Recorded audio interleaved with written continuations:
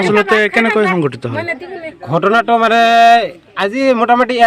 আনুমানিক 1 ঘণ্টামান আগত এই আপোনালোকে এইফালে যে চাই আছে জলজীৱন মিছনৰ ঘৰটো এই জলজীৱন মিছনৰ ঘৰটো তাৰমানে মিছনৰ ঘৰটোৰ ওপৰেদি তাৰ গৈছে চাইছে আপোনালোকে অলপ দেখুৱাই দিব পাৰে লৰা দুটাই তাৰমানে আনুমানিক এটাৰ 16 বছৰমান হ'ব আৰু এটা লৰা তাতকৈ সৰু লৰা দুটাই তাৰমানে সেই ছাদ বুলি ক'ব নোৱাৰো এই ঘৰৰ এই হেৰিত উঠিছে সাজাত উঠিছিল সাজাত উঠোতেই এই কাৰেন্টৰ তাৰৰ লগত টাচ হয় টাচ হোৱাৰ লগে লগে তাৰমানে লৰাটোক লাগি যায় লাগি যোৱাৰ পিছত তাৰমানে হিয়াৰ কাৰেন্টে হুহি লোৱাৰ পিছত লৰাটো বাগৰি তলত পৰি যায় তলত পৰি যোৱাৰ পিছত ইয়াতে হুলস্থুল হাহাকাৰ লাগি যায় তেতিয়া আমি ঘৰৰ পৰা অলপ দৌৰি আহিলোঁ আহি চাওঁ লৰাটোৰ চেঞ্জ নোহোৱা অৱস্থা তাৰমানে চেঞ্জ নাই বুলিয়ে ক'ব পাৰোঁ আমি লৰালৰি কৈ আহি ইয়াতে যাতায়াত ব্যৱস্থা অলপ বেয়া বাইক এটাত উঠাই দি কেনে লৰাটোক নগৰবা মেডিকেলত পঠাই দিলোঁ আমি অলপ আগত ফোন যোগে শুনিলোঁ লৰাটো নগৰবা হস্পিটেলতে মৃত্যুবৰণ কৰিছে এইটো গাফিলতি আমি ক'ব পাৰোঁ যদি ইয়াতে জলজীৱন মিছনটো নহলাক হয় আৰু এই জলজীৱন মিছনৰ নিচেই ওচৰেদি যদি এই তাঁৰটো নাথাকিলে হয় আজি এই দুখীয়া ঘৰৰ ল'ৰাটো নমৰিলে হয় ল'ৰাজনৰ নাম কি ল'ৰাজনৰ নাম আছিল সামিদুল ইছলাম বয়স অনুমানে 15-16 বছৰমান হ'ব ল'ৰাটো তাৰমানে এই মাকজনীৰ একমাত্ৰ ল'ৰা তাৰমানে সিয়াৰ দেউতাক নাই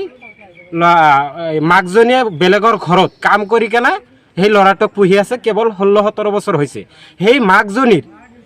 একমাত্ৰ ভৰসা সেই ল'ৰাটোৱে আছিল কিন্তু সেই ল'ৰাটো আজি অকাল মৃত্যু হৈ গ'ল বুলি আমি ক'ব পাৰোঁ আৰু অকাল মৃত্যু মানে এইটো আমি এক্সিডেণ্ট বুলি ক'ব পাৰোঁ এই তাঁৰটো যদি ইয়াতে নাথাকিলে হয় ল'ৰাটো আজি মৃত্যুবৰণ নকৰিলে হয় ল'ৰাজনৰ দেউতাৰ নাম কি ল'ৰাজনৰ দেউতাকৰ নাম আছিল শ্বাহনেৱাজ ঘৰ ক'ত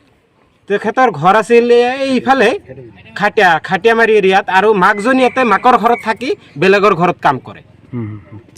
মাকজনীৰ ঘৰ আপোনাৰ এইটো খোলাবান্ধা এৰিয়াতে পৰে মিলন বাজাৰৰ কাষত এতিয়া আপুনি চৰকাৰক কি আহ্বান জনাব এইটো আমি চৰকাৰক এটা কথাই আহ্বান জনাওঁ জলজীৱন মিছনৰ এই জলজীৱন মিছনৰ বিৰুদ্ধে আগতেও আমি কমপ্লেইন কৰিছিলোঁ কিন্তু SDC বাইদেউক জনাইছিলোঁ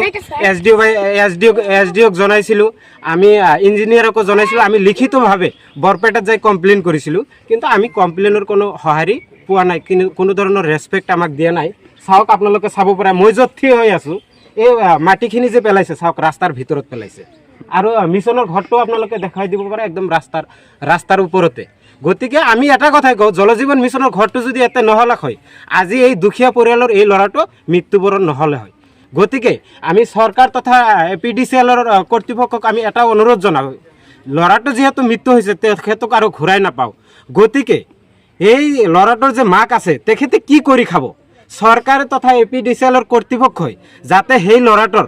কিবা এটা সেই ল'ৰাজনীৰ মাকজনীৰ চলাৰ কাৰণে কিবা এটা ব্যৱস্থা কৰি দিয়ে তেখেতক যাতে আৰ্থিক সাহায্য প্ৰদান কৰে তাৰ কাৰণে আমি অনুৰোধ জনাইছোঁ কি হৈছে ইয়াত মানে এটা ল'ৰা 16 বছৰমান হ'ব সি মানে লাইনৰ তাৰত লাগি তাৰ আজি শুনা পালোঁ যে মেডিকেলৰ পৰা খবৰ আহিছে মৃত্যু হোৱা বুলি আৰু যিটো কাম হৈ আছে ইয়াত এই কামটো লৈ মই বহুত দিন আগতে এটা কমপ্লেইন কৰিছিলোঁ কিন্তু বিভাগীয় কৰ্তৃপক্ষই আহি বস্তুখিনি চাই মাটিখিনি চাই তেওঁলোকে কৈছে ইয়াত হৈ যাব কিন্তু আমি তাক মেপিং কৰি দেখাইছিলোঁ যে ইয়াত আচলতে নহয় যে তেওঁলোকে ঘাৰ বলত তেতিয়া ৰাস্তাৰ ফালে উঠাই আনি লাইনৰ তাঁৰবিলাক ৰাস্তাৰ ফালে উঠাই আনি ইয়াত জোৰপূৰ্বকভাৱে কাম কৰি আছে এইটোলৈ আমি কেইবাবাৰো গাঁৱৰ ৰাইজে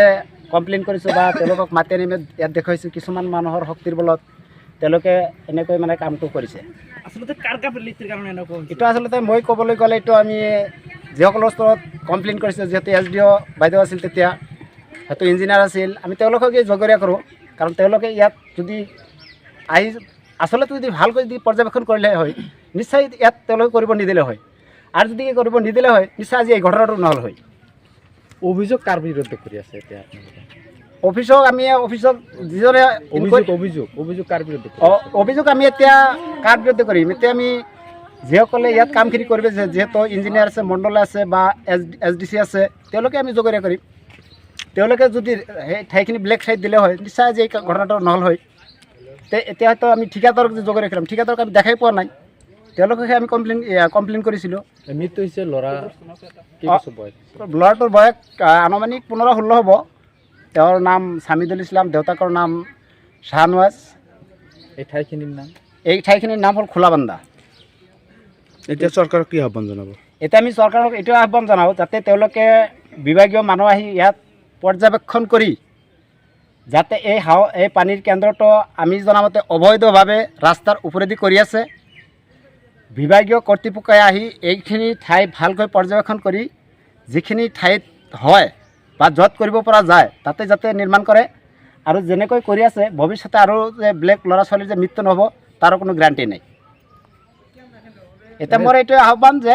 অভিযোগ আপোনালোকৰ মানে এই জল জীৱনৰ যিজন ঠিকাদাৰ তেওঁৰ বিৰুদ্ধে নাই, তেওঁৰ বিৰুদ্ধে আমিতো কৈছোঁ, তেওঁৰ বিৰুদ্ধে এতিয়া আমি একো ক'ব নোৱাৰি যিহেতু আমি তেওঁৰ বিৰুদ্ধে কমপ্লেইন কৰা নাছিলোঁ। আমি যিহেতু অফিচিয়েলিভাৱে কমপ্লেইন কৰিছিলোঁ, অফিচিয়েলিভাৱে আমি যিহেতু কমপ্লেইন কৰিছোঁ তেওঁলোকে চাইছে। এতিয়া ঠিকাদাৰক আমি ক'লে কি হ'ব? ঠিকাদাৰ নিশ্চয় ক'ব যে মই নাজানো, আমাক য'ত দেখাই দিছে মই তাত কৰিছোঁ, আৰু তেওঁ ইতিমধ্যে কৈছে কথাখিনি যে মোক য'ত দেখাই দিব মই তাতেই কৰিম।